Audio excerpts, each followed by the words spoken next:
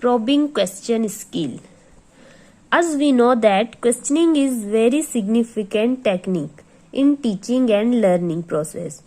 Through this, curiosity of student can be developed.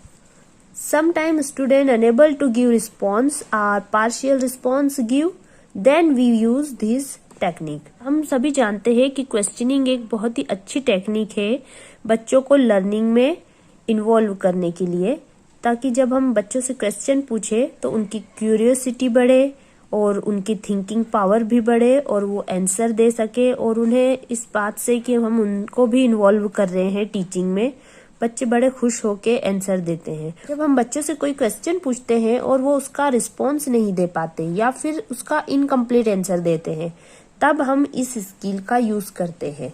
तो इस skill के कंपोनेंट क्या है? सबसे पहला है प्रॉम्प्टिंग. प्रॉम्प्टिंग का मतलब होता है अगर बच्चों को आंसर नहीं आ रहा है तो उसे क्लू देकर, ऑप्शंस देकर, सिंबल बताकर, क्वेश्चन को सिंपल बनाकर उससे आंसर निकलवाने की कोशिश करना. नेक्स्ट है सीकिंग फर्दर इंफॉर्मेशन. इसमें क्या होता है? When we get incomplete answer, we use this technique and tell. जब हम बच्चों से इनकम्प्लीट आंसर मिलता है तो हम चाहते हैं कि बच्चा इसका पूरा आंसर दे, और उसके लिए हम क्या करते हैं कि उससे बोलते हैं एनी मोर, कुछ और बताइए, गिव सम मोर एग्जाम्पल, कुछ और एग्जाम्पल बताइए इससे रिलेटेड, या फिर उससे हम पिक्चर दिखाएंगे कि इस पिक्चर को देखें और फिर इसके बारे में और बताएं. मतलब बच्चे से आधी इन्फॉर्मेशन है उसके पास और हमें बाकी की इन्फॉर्मेशन निकालने के लिए हम उसे मोटिवेट करेंगे इसमें, ताकि वो और आगे का आंसर बता पाए. Developing critical awareness. This component is use when teacher want to justify students response. Technique का यूज कब करते हैं? जब बच्चा करेक्ट आंसर देता है, हम चाहते हैं कि इससे रिलेटेड बच्चा और इन्फॉर्मेशन दे, या फिर हम उसे और इसके बारे में नॉलेज देना चाहते हैं, तो हम क्वेश्चन को थोड़ा क्रिटिकल बना देंगे, थोड़ा सा टफ बना देंगे, उससे नेक्स्ट लेवल का क्वेश्चन पूछेंगे. रीफोकसिंग.